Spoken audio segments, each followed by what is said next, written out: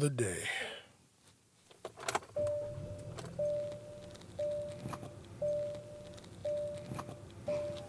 All right, let's ride.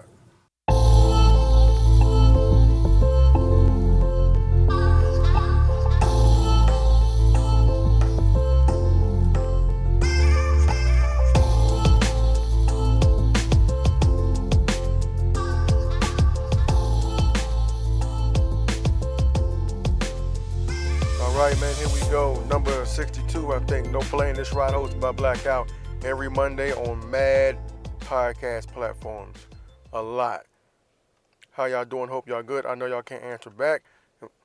Okay, so now coming across my phone, some bullshit. Hard to digest. Apparently, inmates eat holiday steak during shutdown while prison workers go unpaid. I didn't want to start with that, but it just happened to come across my phone. And that's where we at, man. This is the country we live in. All types of stupid shit is going on. Dear Chicago, we got some rough times going on right now. Hopefully we'll get through this. That is the plan. But we got some storm to weather in the city of Chicago. Luckily for me, I do not live there. But as a fan of mad sports teams in Chicago and musicians from Chicago, it's a rough year, man. We got some shit going on, and I'm gonna talk about a little bit of it. I ain't gonna get too deep into the crime aspect because I don't live in the city. I'm not affected by that. My brother's there, so I wish the best for his safety, but I don't have numbers and stats to talk intelligently about the city of Chicago in respects of the crime, so I'm not going to sit here and perpetrate like I do. I'm going to continue on with my lovely broke-ass, bum-ass podcast that people choose to listen to. But thank you for those of you who've been listening. I'm working on making it better, getting it cracking. I want to sincerely apologize for stuttering just then and for the last episode where we ran out of memory and I had to come back in and kind of fill in the rest of the episode. It wasn't the way I like to do things, but rather than me not put anything out and then be trying to push this to that episode to my homies so we can edit it and give it back, it was just too much that we would have had to go through, so I just went ahead and put it out. Just so I can at least get it to folks. I figure I apologize for it later because the theme for last year will be the theme for this year, and that will be consistency, and we will try to improve while being consistent. But with that being said, it's late for me recording this. I usually record this early in the afternoon, but some games came on today I had to watch, so I'm going to try to go ahead and get into this podcast and let y'all know what ridiculous stories I looked into this week. Happy New Year once again. We ain't even a whole 7 days in and it's already bullshit cracking. All right, so one, this is a good story. You know what? I'm going to start with the sad shit. Because this year and last year have seemed to be all about awareness. So I'm not going to fuck around with it and make jokes like I'm going to do with a couple other stories. I'm going to get right to this shit with these first two. So 7-year-old Jasmine Barnes of Houston was killed by drive-by shooting. 7 years old. Gone. Because some coward in the car drove by and shot recklessly. And now the gunman is still on the loose. This is the shit we don't need. Come on, black people. Come on, man. Like, when is this shit gonna stop? How personal is your beef? If you want to kill a motherfucker that bad, walk up on him. I'm not out here advocating violence. I wish we didn't feel the need to do that shit. But if you're gonna do it and you feel the need to end the life, be a man about it. Walk up on him and do it. At least make sure there's nobody else around that don't deserve to smoke going through your bullshit because you can't go out and confront that person. And if they did it to you, let that be on them. But you be a man about your shit. If it's personal like that, walk up on them and make something happen. Because if it's not that personal, you probably don't need to be handling business that way, risking these innocent people.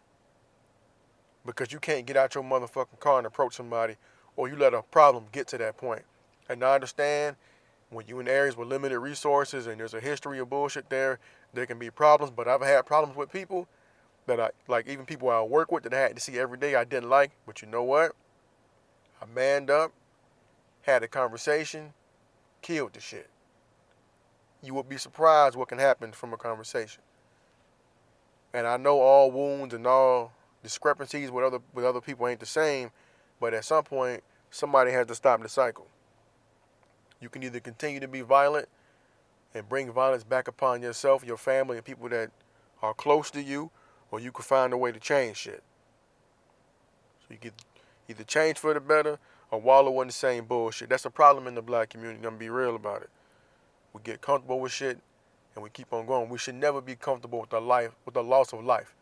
With the unnecessary loss of life, that's something we should never be comfortable with. But it seemed like same old song. Rest in peace to Jasmine Barnes. I really hope they get the motherfucker that did this and they lock his ass up or give the family some special time alone with him. But this is somebody else I feel like should be put in general population. This is one of those people. It ain't one of these, oh, this guy made a mistake, he was young. Nah, you get in a moving vehicle and you decide to shoot from a moving vehicle, you need to get whatever comes from that. That's how I feel. Like I would not want nobody to drive by his neighborhood and do the same thing, but a good walk up, I ain't mad at that at all.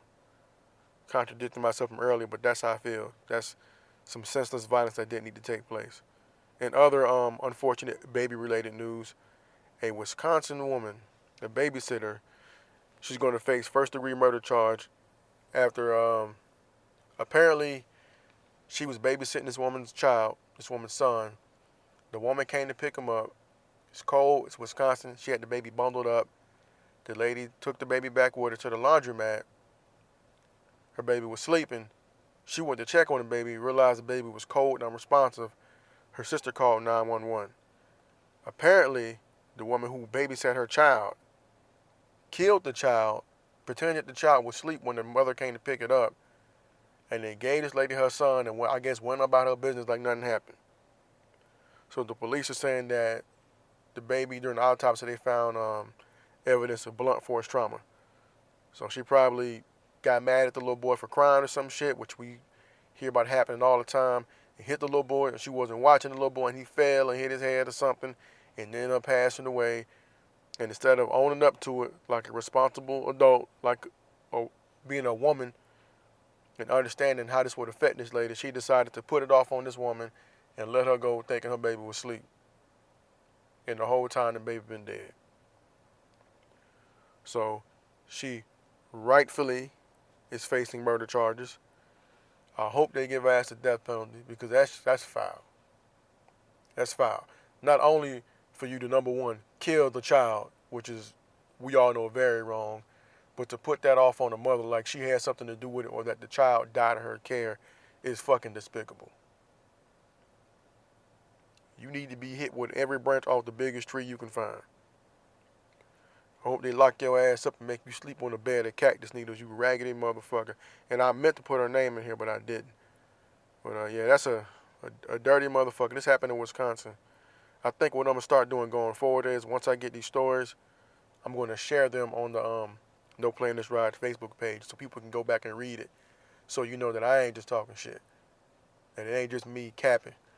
It's some shit I went to a news site and got. So I'm not just making up bullshit stories or that I have my facts together because I don't like to dig into it and read the shit verbatim. But that's something else unfortunate that happened. Now, something else that happened.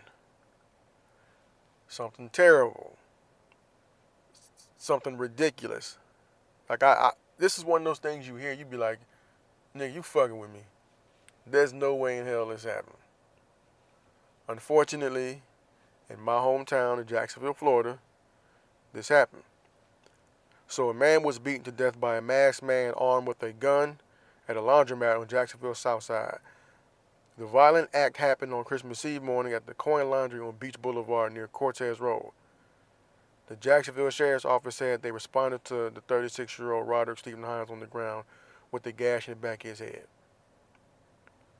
So apparently this man was beat with a pogo stick, or this man fled with a pogo stick or something. It's like, come on, bro. Come on, bro. Like, I know I said walk up on somebody if you have an issue. That don't mean I want people to be murdered in the street.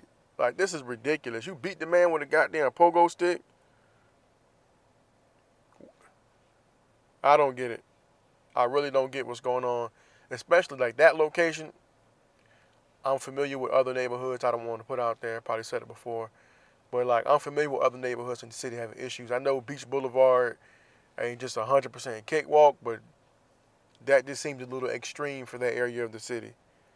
So I'm just trying to put together in my head like what caused this. What was the meaning of this terrible act that had taken place? And they got the shit on camera. But damn shame. Rest in peace to that man. For I don't know what the situation was or what he did, but it's a damn shame he went out like that.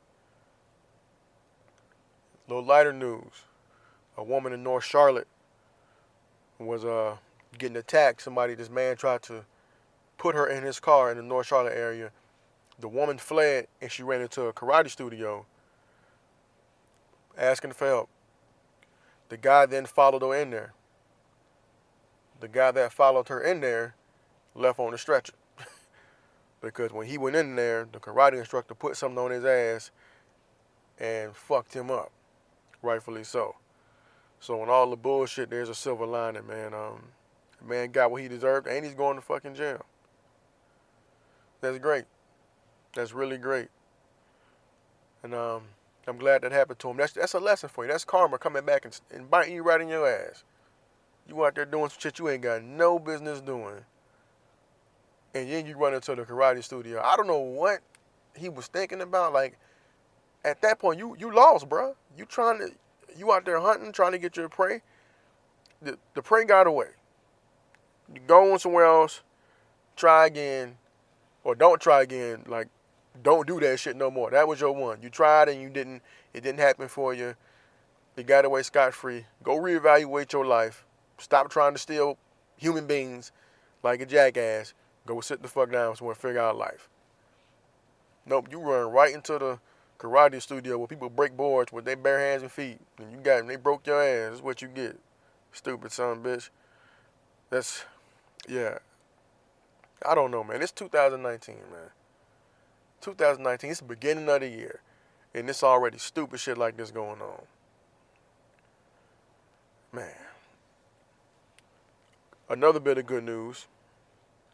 Jamal Ahmed Muhammad Ali al-Badawi.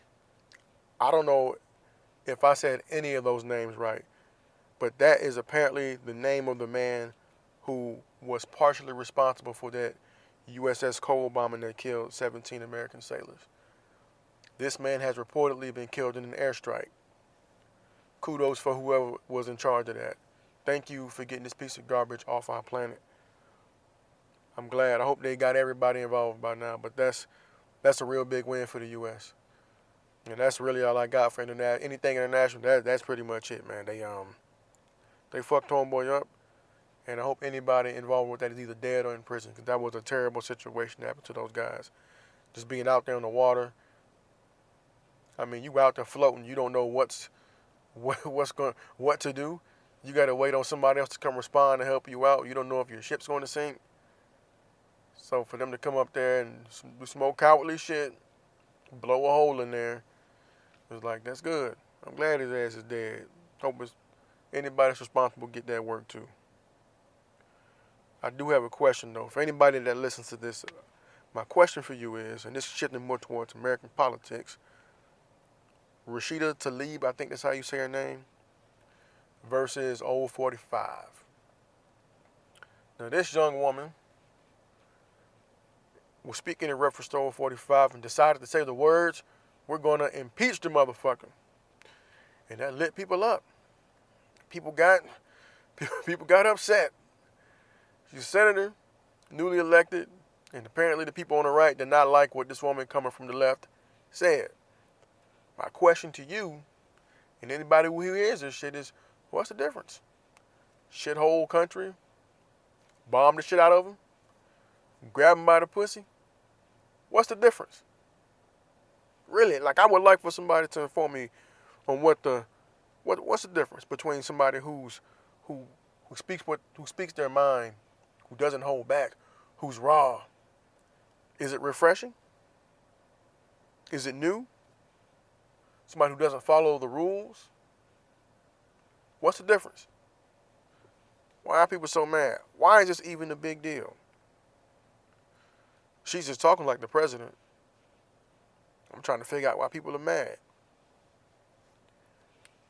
Of course, I know why, but I won't say why. I want somebody else to tell me why, because I know the truth, goddammit, and I know people that swing that way ain't gonna tell it. But I definitely know the truth. But that's what I think the left needs, and anybody in the middle who's gonna try to run for president in 2020, that is what you're gonna have to do. A little bit. I wouldn't say lower yourself to the degree that that individual does, but you're gonna have to be a little bit more blunt. You're gonna have to be a little more direct, so that the everyman understands what you're saying. But what you also have to do is make sure you know policy, make sure you know the legislations, and anything you want to change, to be able to speak intelligently about it, and to not get flustered, and that to be your go-to.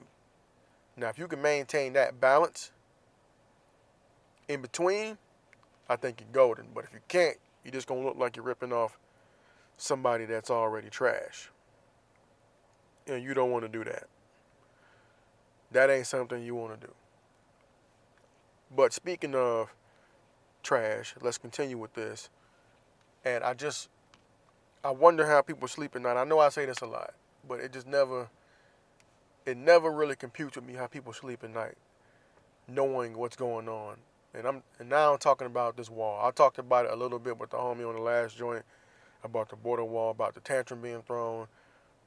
But if you're at the point where you're considering the national emergency to get funding, taking money from military construction funding to fund their walls, like, come on, fam. Really? This is where we're at right now because of some ridiculous boast you made. You're willing to go this far. There's people that can't pay bills, or their bills are in jeopardy.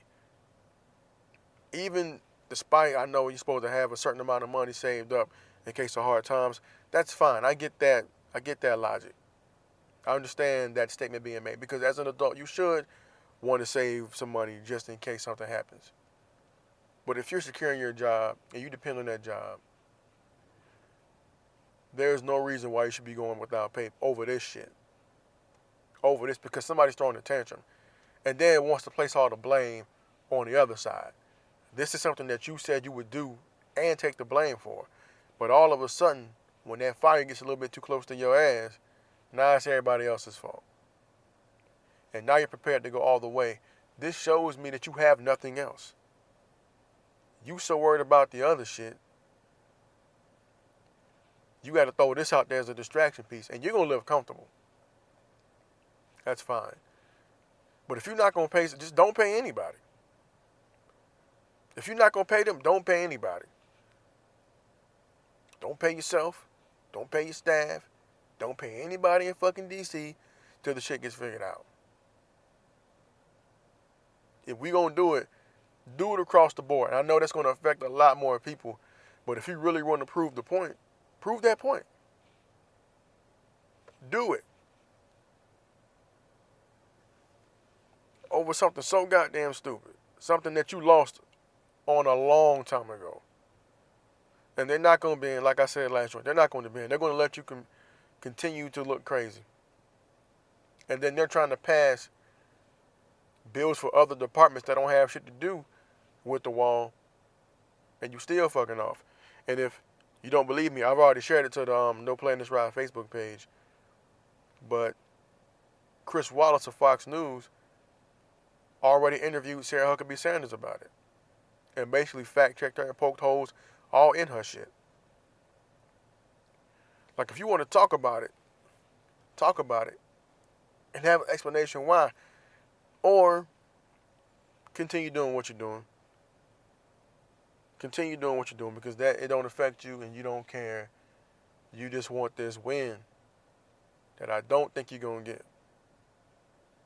And at some point, it's going to have to click with the people surrounding you that this isn't going to work. And you have to get these people they goddamn money and get them back to work. As people keep missing flights and these fucking taxes don't get back, you're going to have a fucking problem in the States. Because a lot of people depend on that tax money. A lot of fucking people. And you can disagree and say, oh, they shouldn't depend on it. I get that too. But once you've been accustomed to getting that shit for so long, especially when it's your fucking money anyway. It's been taken from you, and then they're going to reduce the amount they give back to you. You're going to want that goddamn money. You'd be a fool not to. I just think it's trash that some arrogant asshole is going to do this for a stupid promise he made that really ain't going to do shit. What I do wonder is who's going to be contracted to build the wall. And I wonder how they're going to make this paperwork work so that the people that will benefit from this aren't seen as being connected directly to the administration, or it may be even more brazen, which I wouldn't be surprised, and it'll be obvious that it's directly connected to the administration, kind of like the Carlyle Group with the war in Iraq, and that boy Cheney had a piece of the company, just like Rex Tillerson had stock in ExxonMobil when they were trying to get that deal done with Russia for that oil money. But whatever. We don't know what's going on. People are stupid. We don't pay attention, right? All right. Shifting gears to sports. Tom Thibodeau was fired by the Minnesota Timberwolves. I thought they were doing decent. Apparently the record does not say that. But I think they had potential. They had just got rid of They just traded Jimmy Butler. And I felt like the chemistry was starting to come back from the couple of games I seen. I thought they were going to be able to do some things in the West. Apparently, people that run the organization felt like otherwise. And now, from what I read, they may be considering hiring Fred Hoiberg as the coach. The same guy that traded Derrick Rose in the first place. And/or hiring him as the GM. It may make more sense for this team that's already kind of built to get him in there, but you see what's happening in Chicago where now they got his name Jim Boylan in as the head coach, and they went from a team that wanted to run and shoot threes to now they're trying to post up with Robin Lopez, who has that one little hook shot and nothing else, and nothing's working. And that's when I say for me, it's always better to just let the coach at least finish out the season before you fire him. Because now you got to burn the shit down in the beginning of the season. And what's your direction? Because Thibodeau was the president, I think, in GM, as well as head coach of the Bulls. So the system and everything was built the way he wanted it to be. That's how it was structured. You get players to fit your system in basketball. So now we got to see who the fucking head coach is going to be and how they're going to do shit. And what the culture of the team is going to be like. Again, like I don't get it.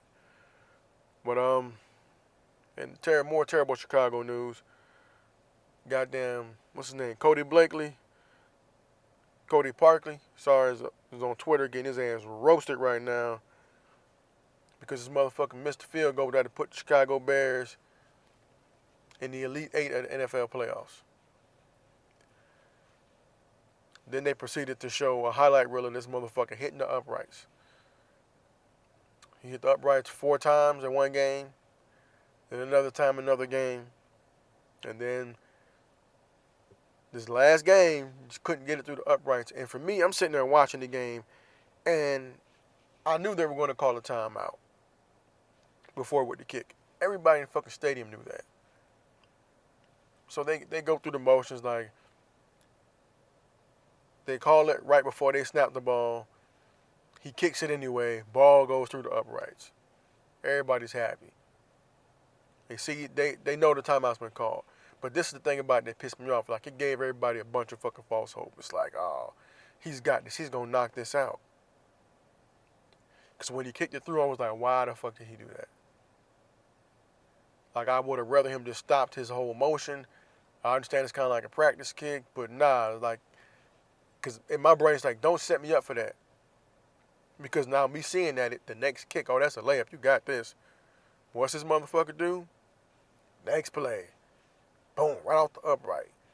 Boom, then that shit hit off the middle bar. Game the fuck over. Game over.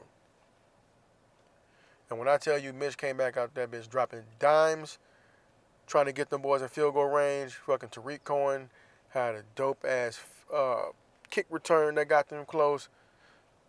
Man, that's some disappointing shit. especially for it to end that way. Like an interception, a last minute touchdown. Okay, because you know what, Mitch has shown a lot of progression this year. He's been balling. The defense has been fucking incredible this year.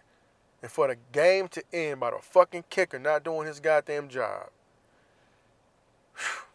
that's wild. That's wild. Special team as a whole too, because there were some punts that looked a little like in the beginning of the game. The punt was good, but there was like this last punt that was super short. I'm like, God damn it.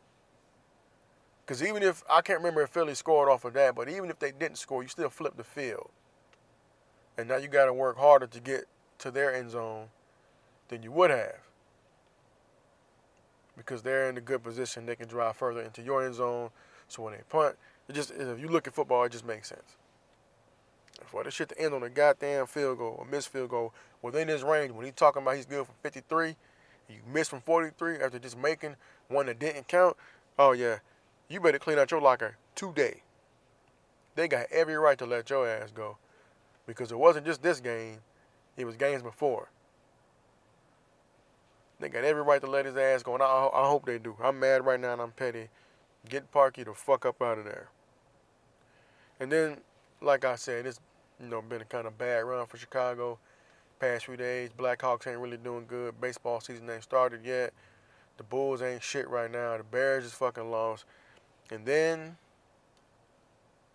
before all that, this documentary comes out about one of Chicago's former favorite sons. Goddamn Surviving R. Kelly hit Lifetime on Thursday. And people have been talking about it ever since. So I hadn't seen it until Saturday. I watched the first two episodes. And I had my own reasons for not liking this individual. Like, I know he did what he did in the past. And I know what he was kind of doing, still going around doing all that wild shit he was into. And I didn't like him because of that. But I also didn't really like his music. Like, there's a couple songs I was cool with. But for the most part, I'm not the guy rushing to get an R. Kelly song or listen to his music or whatever. Because I thought a lot of his music was just simple-minded. Like Move Your Body Like a Snake, Man, You Remind Me of My Jeep, and Ignition I thought was trash. Like, just the lyrics of it just seemed like simple-minded. And that's just me. But then watching Surviving R. Kelly and then seeing these people talk about him in depth the way they did, it pissed me off for a lot of reasons. One is because a lot of you guys knew what was going on and didn't say shit. That's the saddest part. These are people in the industry. And they're going to catch a lot of hell for this, and as they should. They knew what was happening to these girls, and they didn't say anything. It was questionable behavior, but you didn't say anything because it was him. And I hope they all, like, I know it's too late for some of the things that happened, but, like, I'm glad they got to deal with it now. It's out in the public. The people are seeing it. They can see your face, and you got to deal with this shit. Knowing that you were involved with this man going up to the high school to pick up young girls for him, knowing that he was going to malls in every city and having his bodyguards go get young girls from him. And the shit he was having them do, and then the way he was treating them. He basically treated them like sex slaves. You come over, we gonna fuck, I'm gonna direct you on how to do it, and then don't say nothing else to me, go get in that room and don't come out till I tell you to type of shit. This is wild. It's what I don't understand. And then one of my partners, I guess I'll call him right now, is going back and forth with me on social media about it. Like, oh, people want money and all this shit when it's time for the money. Like, people didn't say nothing about this shit for years. They kept it away. So I hardly believe it's like a real big money play. It's hard for me to believe that people want to be on TV talking about sexual acts they got coerced into doing when they were fucking teenagers. Not knowing that he got you over there, you 16, 17, he telling you this girl 16, you find out she's 14, and y'all been in the bed doing all types of wild shit. And I can only imagine how they feel. It's got to be a terrible feeling in your gut to know you took part in that. Especially for the females. But for the guys, all of them, they trash. And then for his brother talking this shit while he in jail, you look crazy. Like, we all, it's a preference. He was like, well, it's a preference. I like older women. Nigga, you in jail. Your credibility's already shot.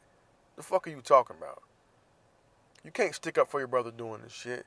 If anything, you need to be condemning him. Or just not have the interview. Like, why are you even talking? If it was me, I wouldn't have said shit. Like, I'm not talking about this. And I damn sure ain't gonna talk about it with a fucking camera in my face. No. And I was thinking the whole time, like, damn, if they using his name, is he getting paid off of this? Because they're using his name? And I went to look it up, and I didn't see him nowhere as being a part of the production company. And then I saw that he's threatening to sue. And I'm like, that's going to be your little $1 million gone, your little net worth gone, trying to sue Lifetime. Because you know they got their shit together. They're talking about you. They're interviewing other people that were a part of the story. So I don't really know how much he can dig into it without incriminating himself.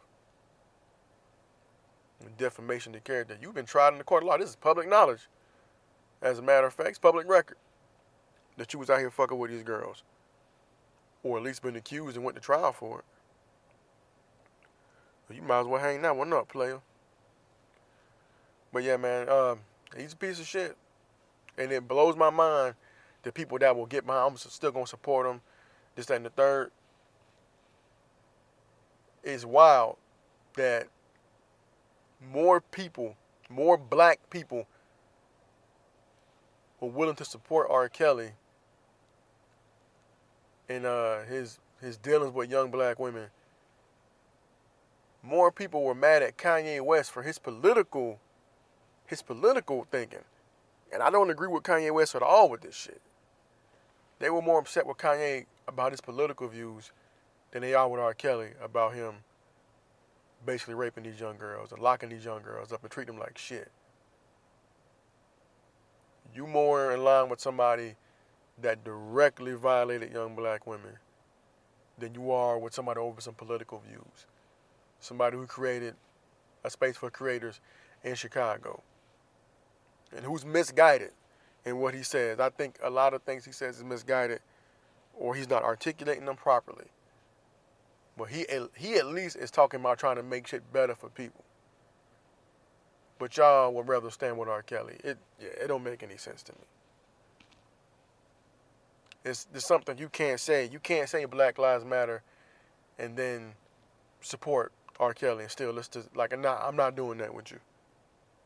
I can't, I won't. I think this episode was more of a therapy session for me because of my team losing and all that shit. And this shit coming out with R. Kelly. Being able to get it off my chest, man. A little bit of self-care, if you will. But I felt like I had to talk about it. I'm going to probably watch the next 2 episodes tonight just so I can be complete in my hatred. I'm 50% there off the new information. I was already 100 because of shit I knew. Now I'm at 150. When I get these next 2 episodes under my belt, I'll be at 200% hatred for R. Kelly. And that's just how I'm living in 2019. I ain't holding back. I'm going to say whatever I want to say on this motherfucker. I'm not trying to be correct. I got to get at my audience. And I'm really trying to reach young black people. Like, while I want everybody to listen to this shit, I really want to reach young black people. Say, hey, man, there's another line of thinking. You don't have to do what everybody else is doing. Break out of that shit. Do what you want to do. Create, be independent. Independence is the shit. It's the shit. Don Tripp said it on the song, independence is the shit. Think about it. Think for yourself, man. And on another music tip, so I'm going to get out of here because I got shit I got to do at the crib. Nothing for 2019 yet. I'm working on building my 2019 playlist, making a whole bunch of dopeness, and I'll share it with y'all where y'all can get that at. But if you want to listen to 2018 music that you haven't heard, I talked about it a little bit last episode. There's an album called No News is Good News by Phonte. That's Phonte with the accent mark on the E. So Phonte is a critically acclaimed hip-hop artist / R&B artist. And if you into hip hop and you go back, there's a group called Little Brother. It was Fonte, rapper Big Pooh, and legendary producer, now head of Jambler Records. It's a dude by the name of Ninth Wonder. So Ninth Wonder produced all the beats for Little Brother, and Fonte and Big Pooh were the rappers. Then after a few albums, they went their separate ways. Fonte went on to form Foreign Exchange with a producer. I forgot his name, but the group is called Foreign Exchange. They got some good music out there. I just happened to catch it on my boy Brooks been trying to put me on it. But if you have Tidal, there's something called Fonte Essentials. I highly encourage you to go listen to it. It is a very good playlist. But his album is called No News is Good News. It came out March 2018. It is a very good album. Fonte is a very, very good rapper. He talks about everyday shit, real life struggles. He's not no gang member. He's not no drug dealer. He's not no party guy. He's not no mumble rapper. This is a grown ass man rapping about life, everyday stuff. He has a song called Expensive Jeans that talks about black people and our connection to high cholesterol, diabetes, and terrible eating habits. So Expensive Jeans is it's like one of my favorite songs on the album. And I think Cry No More, which comes on directly after that, is on as well. It's a short album. It's like maybe 30 something minutes, but it's a very, very good listen. If you like that, and you have Tidal, check out Fonte Essentials, a playlist on there. But his music should be everywhere, man. If you need help getting to it, holla at me, and I'll get you to where it's at. But check it out. Indeed, probably my most slept on artist of 2018. And hopefully I hear some good shit from him in this next year. But with that being said, man, thank you for letting me vent. This episode was a lot of that. I appreciate it if you listen to it. If not, my bad. Or if you don't like it, my bad. Y'all know where to hit me at, noplayingthisright@gmail.com. If this is your first time, stick around. It'll get better, I promise. I won't be so angry and bitter next time around. I'm on Twitter. If you want to fuck with me on Twitter, noplayingthisright. Look for me at noplay247. That's capital N, lowercase o, capital Play. Noplay247 on Twitter. There's a Facebook page, YouTube page. I'm on SoundCloud, iTunes, Google Play, Stitcher, all that. Every Monday, I'm trying to give you some shit to talk about. But y'all be better in this year than you were last year and make people around you better, man. Y'all be good out there. Peace.